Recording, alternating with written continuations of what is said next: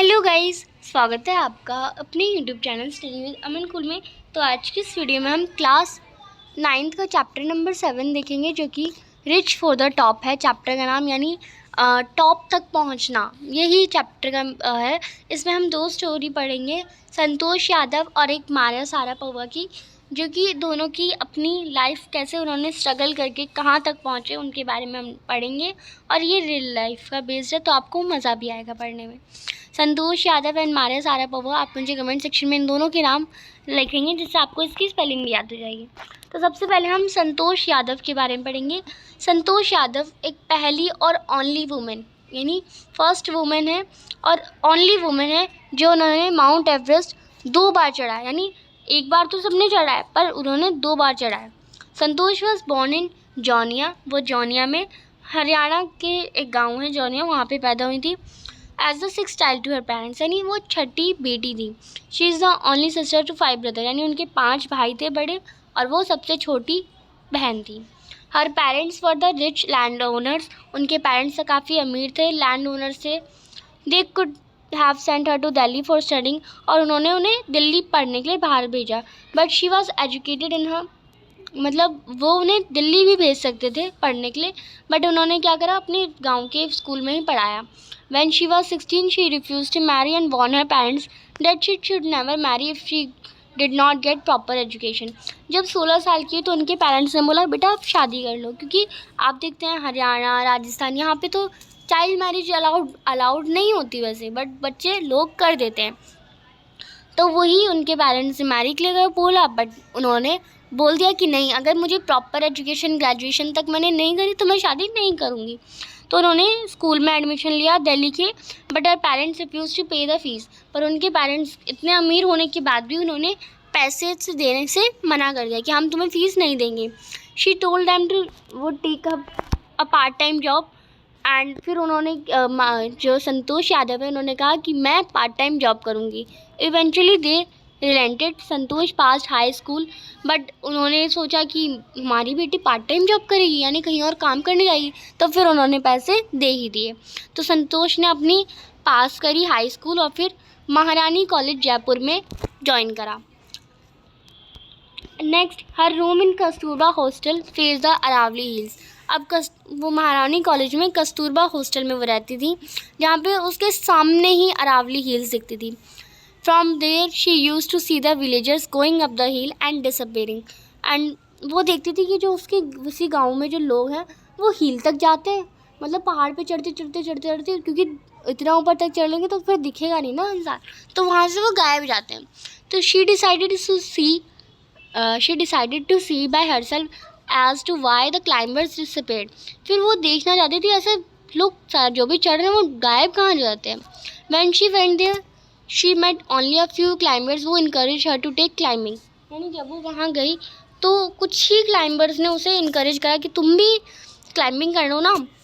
Then there was no looking back. Santosh save money and enrolled herself in Uttarkashi Nehru institute of mountaineering.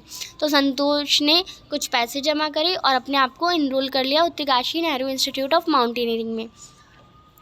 She went on an expedition every year. She had an iron will, physical endurance and mental toughness. फिर उसे training milli.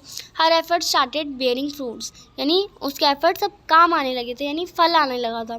In 1988 she join the Aravalli mountaineers. 1988 में उसने Aravalli mountaineers join करा.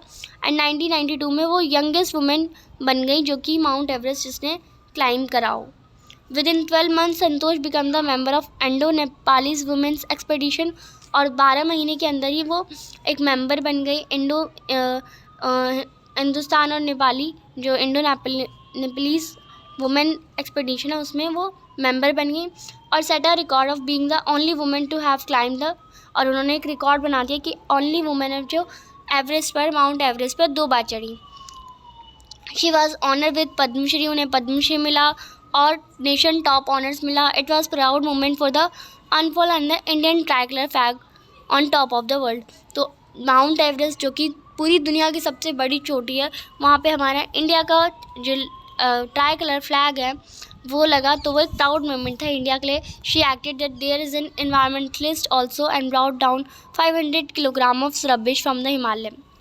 और जब वो हिमालय चढ़ रही थी तो वहाँ पे उन्होंने देखा कि कुछ लोग कुछ भी खाते हैं, अगर चिप्स खा रहे हैं तो पैकेट वहीं फेंक देते हैं। तो उन्होंने जब वो नीचे उतर के आ रही थी ना, तो वो कुछ लोग भी थे, तो उन्होंने 500 किलोग्राम 500 अगर आप 5 किलो की आपका बैग होता है और 500 किलोग्राम उन्होंने कूड़ा इकट्ठा करा हिमालय से। तो ये भी उन्होंने बहुत अच्छा काम करा, ये भी आप देख सकते हैं। अब हम पढ़ेंगे मारिया सारापोवा के बारे में। तो मारिया सारापोवा एक साइबेरियन टीनेजर है। साइबेरिया एक देश है, वहाँ की वे रहती हैं। ये become the world's number 1 tennis player on 22 August 2005। तो मारिया सारापोवा वर्ल्ड की नंबर 1 टेनिस प्लेयर बन गई जब वो सिर्फ 10 साल की थी। उन्हें अमेरिका भेज दिया गया अपने पापा के साथ ट्रेनिंग पे, while her mother was force to stay behind. But उनकी मदर को यहीं साइबेरिया में रहना पड़ा। She help her father while he struggle to support her. वो अपने पापा की हेल्प करती थी। This made me determined and mentally tough. और इससे वो बहुत ज़्यादा डिटरमाइंड और मेंटली टफ बन गई, यानी कोई उनकी केयर करने वाला नहीं, उनको केयर खुद करनी है। She back the ladies single grounded Wimbledon in 2004। और her journey from Siberia to the top of women tennis has touch many hearts. और क्योंकि सब लोगों की माँ पापा केयर करने के लिए, खाना बनाने के लिए, बट उन्हें घर के काम खुद सब कुछ खुद ही करना था। और वो टॉप वुमेन टेनिस में जो बहुत सारे लोग उन्हें देखते थे, तो बहुत लोगों का दिल छू लिया। She say that she works hard and her sacrifice has been worth it. वो कहती हैं कि वो बहुत ज़्यादा वर्क हार्ड करती है और सेक्रीफाइस, जो भी उन्होंने सेक्रीफाइस करा है अपने बचपन को, वो भी वर्थ इट है। She say that she is proud to be a Russian. वो कहती है कि मैं रशियन होकर प्राउड करती है। Even though US is a big part of her life, she play the Olympics for Russia if they want her to. यानी US जहाँ वो अभी रहती हैं वहाँ पे उन्होंने हर चीज़ देखी, पर जो साइबेरिया है वो रशिया में, और रशिया उनके लिए सब कुछ है जगह। अगर रशिया चाहता है कि रशिया की तरफ से ओलंपिक्स खेले तो वो खेलेंगी। हर हॉबीज़, उनकी हॉबीज़ क्या थी? Fashion, singing, dancing. और उन्हें आर्थर कॉनन डॉयल की जो नॉवेल्स होती थी उन्हें रीड करना अच्छा लगता था। जो मारिया सारापोवा थी can not be put be in a category, she has the talent. वो किसी कैटेगरी में आने के लिए नहीं, क्योंकि वो बहुत ज़्यादा टैलेंटेड थी। A desire to succeed and readiness to sacrifice. यानी एक डिज़ायर ऐसी थी उनकी कि वो सक्सेस करें और हमेशा रेडी रहते कि किसी भी सेक्रीफाइस के लिए वो रेडी रहती थी। She finds money a motivation but more than is her desire to be number 1। यानी मनी सबके लिए मोटिवेशन होता है, बट उनकी जो डिज़ायर थी वो सबसे बड़ी मोटिवेशन थी। तो ये दोनों हमने पढ़ा, संतोष यादव और मारिया सारापोवा की story rich for the top, वो कैसे अपनी लाइफ में इतना ऊंचा पहुंच गई। तो आई होप आप सभी को समझ आ गया हो। चैनल को अभी तक सब्सक्राइब नहीं किया तो प्लीज़ सब्सक्राइब ज़रूर करें। वीडियो अच्छी लगी तो इसे लाइक करिए और दोस्तों के साथ शेयर ज़रूर करिए। Thanks for watching you, bye bye guys.